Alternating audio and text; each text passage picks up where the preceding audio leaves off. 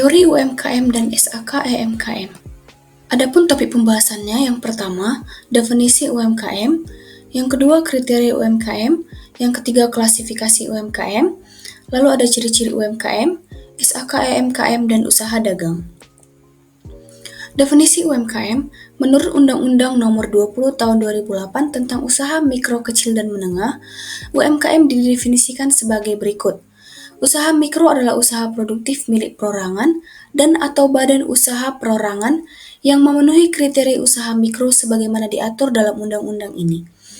Usaha kecil adalah usaha ekonomi produktif yang berdiri sendiri, yang dilakukan oleh orang perorangan atau badan usaha yang bukan merupakan anak perusahaan atau bukan cabang perusahaan yang dimiliki, dikuasai atau menjadi bagian baik langsung maupun tidak langsung dari usaha menengah atau usaha besar yang memenuhi kriteria usaha kecil sebagaimana dimaksud dalam undang-undang ini.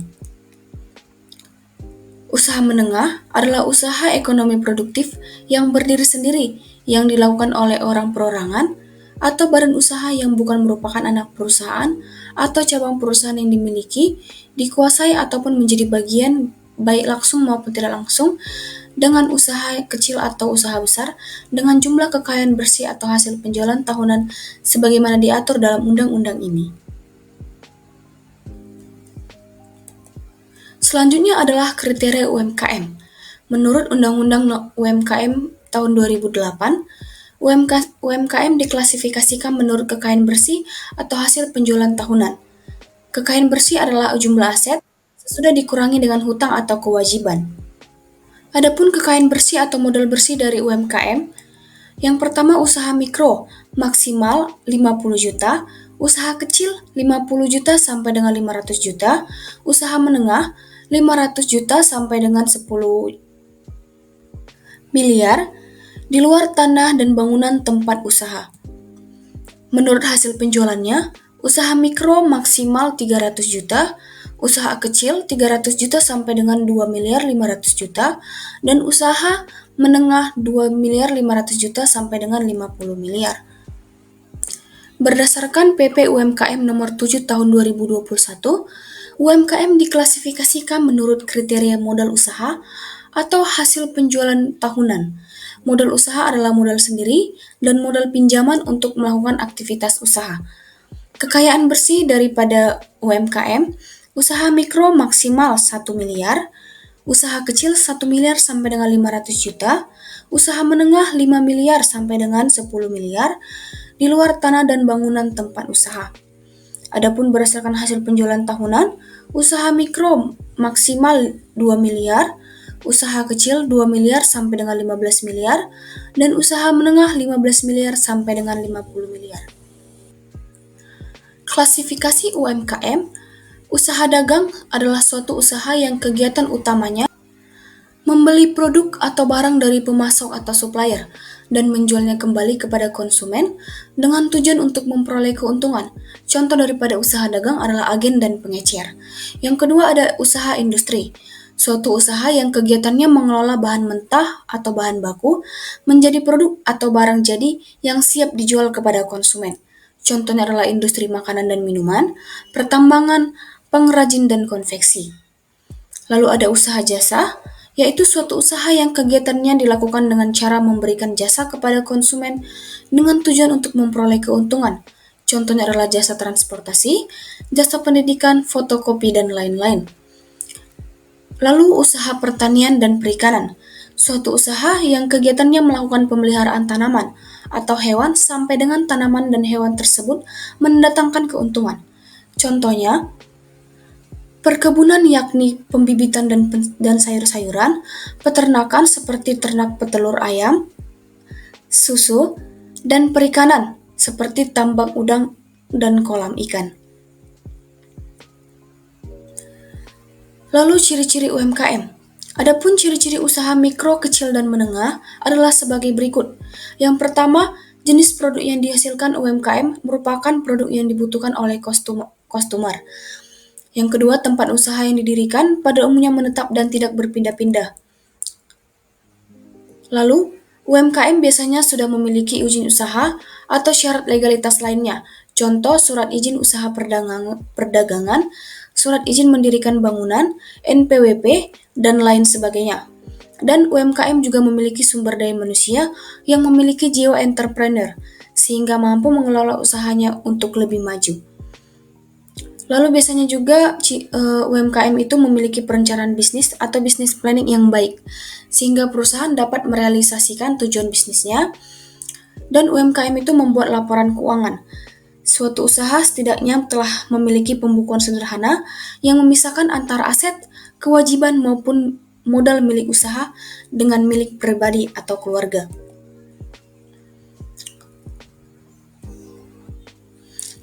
SHK MKM disusun untuk memenuhi kebutuhan pelaporan keuangan entitas mikro, kecil, dan menengah. Undang-Undang Nomor 20 Tahun 2008 tentang usaha mikro, kecil, dan menengah dapat digunakan sebagai acuan dalam mendefinisikan dan memberikan rentang kuantitatif EMKM. Standar ini ditujukan untuk digunakan oleh entitas yang tidak atau belum mampu memenuhi persyaratan akuntansi yang diatur dalam SAK etap. SAK EMKM mensyaratkan laporan keuangan yang disajikan UMKM terdiri dari yang pertama laporan keuangan, laporan laba rugi, dan catatan atas laporan keuangan atau CLK yang bertujuan untuk memudahkan suatu entitas dalam mengungkapkan informasi keuangan dan non-keuangannya. Mari kita bahas satu persatu. Yang pertama itu laporan laba rugi. Laporan laba rugi adalah bagian dari laporan keuangan suatu entitas yang dihasilkan pada suatu periode akuntansi yang menjabarkan unsur-unsur pendapatan dan beban perusahaan, sehingga menghasilkan laba bersih pada periode tersebut. Semua penghasilan dan beban yang diakui dalam periode harus disajikan secara keseluruhan, kecuali SAKMKM mensyaratkan lain. Yang kedua itu laporan posisi keuangan. Berdasarkan SKAKMKM, laporan posisi keuangan menyajikan informasi tentang aset, liabilitas, dan ekuitas pada akhir periode pelaporan. Laporan posisi keuangan dapat mencakup akun-akun seperti kas, piutang, persediaan, aset tetap, utang usaha, utang bank, dan ekuitas. EMKM tidak menentukan format atau urutan-urutan akun yang disajikan, tetapi suatu entitas dapat menyajikan akun-akun aset berdasarkan urutan likuiditas dan akun-akun liabilitas berdasarkan urutan jatuh tempo. Yang ketiga, catatan atas laporan keuangan atau CLK adalah catatan tambahan atau informasi yang ditambahkan pada akhir laporan keuangan. Berisikan penjelasan yang tidak diungkapkan dalam komponen laporan keuangan sebelumnya. Menurut SAKMKM, CLK yang disajikan UMKM perlu memuat suatu pernyataan bahwa laporan keuangan telah disusun sesuai dengan SAKMKM Ikhtisar Kebijakan Akuntansi dan perlu memuat informasi tambahan dan rincian akun tertentu yang menjelaskan transaksi penting dan material bermanfaat bagi pengguna untuk memahami laporan keuangan. Selanjutnya, usaha dagang. Definisi dari usaha dagang adalah merupakan suatu kegiatan yang sifatnya melakukan jual beli antara pedagang dan pembeli. Barang yang dijual dari pedagang ini berwujud yang berarti kita dapat memindahkan kepemilikan dari barang tersebut. Usaha dagang juga mengutamakan keuntungan dari penjualan dagangannya. Keuntungan tersebut dapat dijadikan lagi sebagai modal, biaya distribusi, dan biaya operasional. Dapat dikatakan hasil dari perdagangan tersebut, selain untuk perusahaan atau individu, hasilnya akan diputar kembali untuk kebutuhan perdagangan. Lalu pencatatan transaksi laporan keuangan UMKM dagang. Berikut ini adalah transaksi yang harus dicatat dalam bisnis. Yang pertama itu ada penjualan. Dalam usaha dagang sangatlah penting untuk membuat nota atau tanda terima dalam transaksi penjualan untuk dapat mengetahui tren penjualan setiap bulan atau per tahun. Lalu, perlu dicatat pula pengeluaran. Pada dasarnya pengeluaran dibagi menjadi dua kelompok, yaitu pengeluaran yang langsung terkait dengan usaha dan pengeluaran tidak langsung. Pencatatan transaksi pengeluaran sangat penting dilakukan untuk mengetahui sejauh mana kas habis terpakai dalam pembiayaan. Dan persediaan juga perlu dicatat. Pencatatan persediaan perlu dibuat untuk mengetahui stok barang, melakukan pencatatan stok dengan sederhana, yaitu menggunakan buku persediaan. Pencatatan transaksi yang dibukukan untuk membuat laporan keuangan UMKM dagang. Ada buku kas umum, digunakan untuk mencatat berbagai aktivitas yang menyangkut penerimaan dan pengeluaran kas, baik secara kas tunai maupun kas bank. Yang kedua ada buku kas harian, digunakan untuk mencatat transaksi pengeluaran dan pemasukan yang berhubungan dengan kas saja. Dan ada buku pembantu, adalah buku tambahan yang menjelaskan sumber dan tempat kas yang diterima dan dibayarkan. Kemudian ada buku persediaan, adalah buku yang mencatat aliran persediaan perdagangan, persediaan barang dagang untuk dijual, dan buku piutang digunakan untuk mencatat piutang usaha, serta terdapat buku inventaris yang digunakan untuk mencatat barang-barang atau aktiva tetap yang dimiliki oleh UMKM. Selamat siang Kak, perkenalkan kami dari Politeknik Negeri Medan jurusan akuntansi. Dengan saya sendiri Grace Elisa Banasi Tanggang. Saya sendiri Indo Ayu Tamasaragi. Nah, di sini kami ingin mewawancarai nih Kak mengenai usaha yang sedang Kakak jalankan. Sebelumnya Kak, boleh Kakak perkenalkan diri? Ya, perkenalkan nama saya Charlie Saragi. Saya umurnya 29 tahun. Saya selaku pemilik usaha ini Bansa Kosmetik. Nama toko kosmetik ini toko apa ya Kak? Namanya tadi itu yang saya sebutin Bansa. Bansa itu sebenarnya singkatan marga saya sama suami ya. Saya kan emang suami saya Banjarnegara, terus sayanya Boru Saragi gitu. Jadi dibuat Bansa aja gitu. Karena ini kan usaha bersama dengan suami juga. Unik juga ya Kak nama tokonya. Dan toko ini berdiri sejak kapan ya Kak? Kalau untuk toko offline-nya sejak 8 April 2021, tapi kalau di online dia udah ada 2 tahun sebelum toko offline-nya jalan. Sudah ada jualan di Shopee, di marketplace gitu. Berarti Kakak juga punya toko online? Ya, Toko online-nya juga sama Bansa Kosmetik juga. Alasan Kakak memulai usaha kosmetik ini apa ya Kak? Sebenarnya sih awal-awalnya dulu karena suka make up. Jadi kalau misalnya di tempat kerja gitu kan, lihat lipstick, lihat apa palet-palet gitu, serta apa suka seneng gitu. Jadi kalau misalnya kita kayak jadi kepengen gitu kalau misalnya punya banyak koleksi.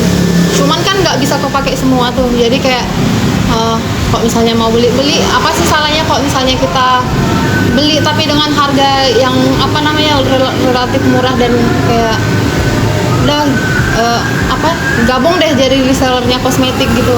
Terus lama-lama ya itu stok di rumah. Terus kawan-kawan pada nanyain juga, ya udah kenapa nggak sekalian jualan, ya udah deh buka toko lah gitu. Berawal dari hobi terus jadi reseller baru buka toko ya Kak ya. Apa Kak yang menjadi daya tarik untuk Kakak memulai usaha kosmetik di daerah sini?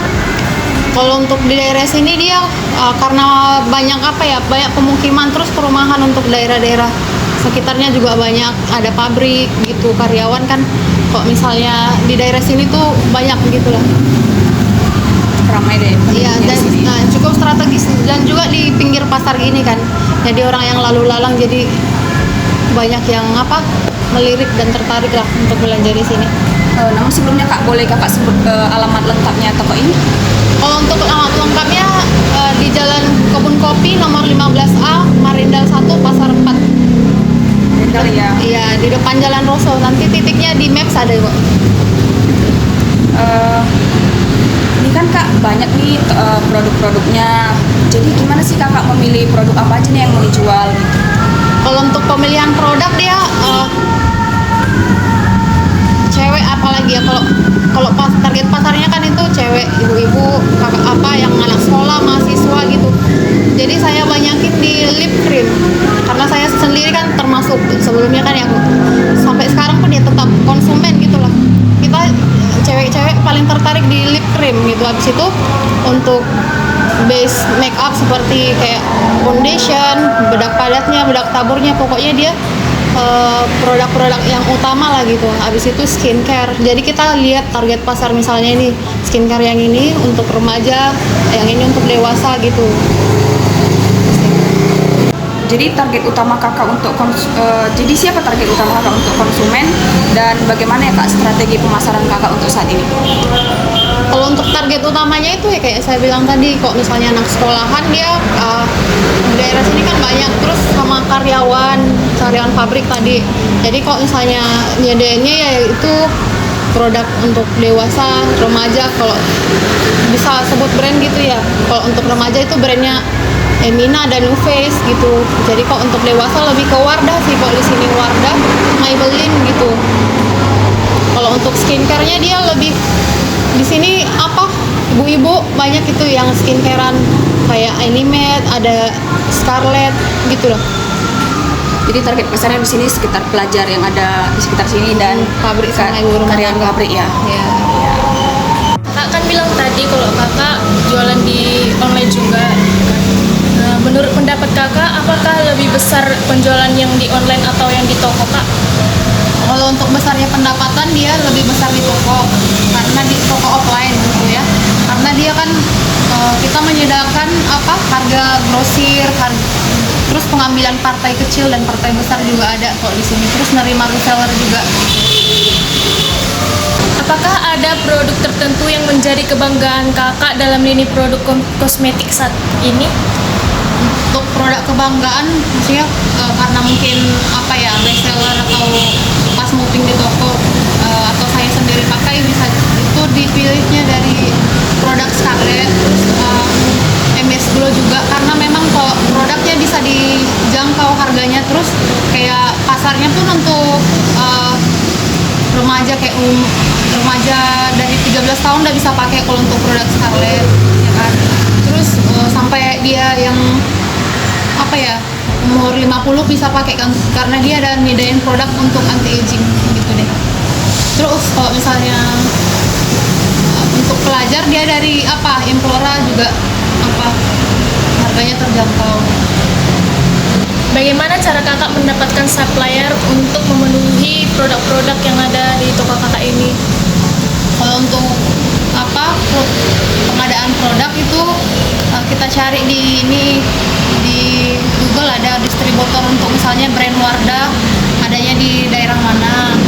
Terus kalau misalnya kita kan sebelumnya udah dapat itu distributor, nanti sales per brand itu datang ke toko juga. Terus kita mau pilih belanja langsung ke toko atau melalui salesnya juga bisa. Terus nanti kalau misalnya udah lama toko itu ada, salesnya datang sendiri tuh ke toko nawarin produk, misalnya per brand, dia brand mana. Terus pokoknya banyak sales nanti bakalan datang ke toko gitu. Bagaimana kakak beradaptasi dengan tren dan perubahan dalam produk kosmetik saat ini? Kalau untuk tren itu biasanya kan aktif di sosmed aja sih, jadi kita bisa tahu perkembangan atau produk-produk apa gitu yang lagi viral ya kan. Jumlah karyawan kakak ada berapa? Untuk karyawan kita masih ada 2. Oh ya kak, buka dan tutup toko ini jam berapa ya kak? Untuk buka tutup tokonya atau di jam operasional hari Senin sampai Sabtu dia di jam 8 pagi sampai jam 10 malam. Terus kalau di Minggu dia buka jam 12 siang ke jam 10 malam. Mungkin sekian wawancara dari kami Kak. Terima kasih atas informasi yang telah Kakak berikan. Kami mohon maaf apabila ada kesalahan kata yang kami ucapkan. Sekali lagi kami ucapkan terima kasih. Semoga tokonya semakin berkembang dan semakin laris ya Kak. Amin. Terima kasih.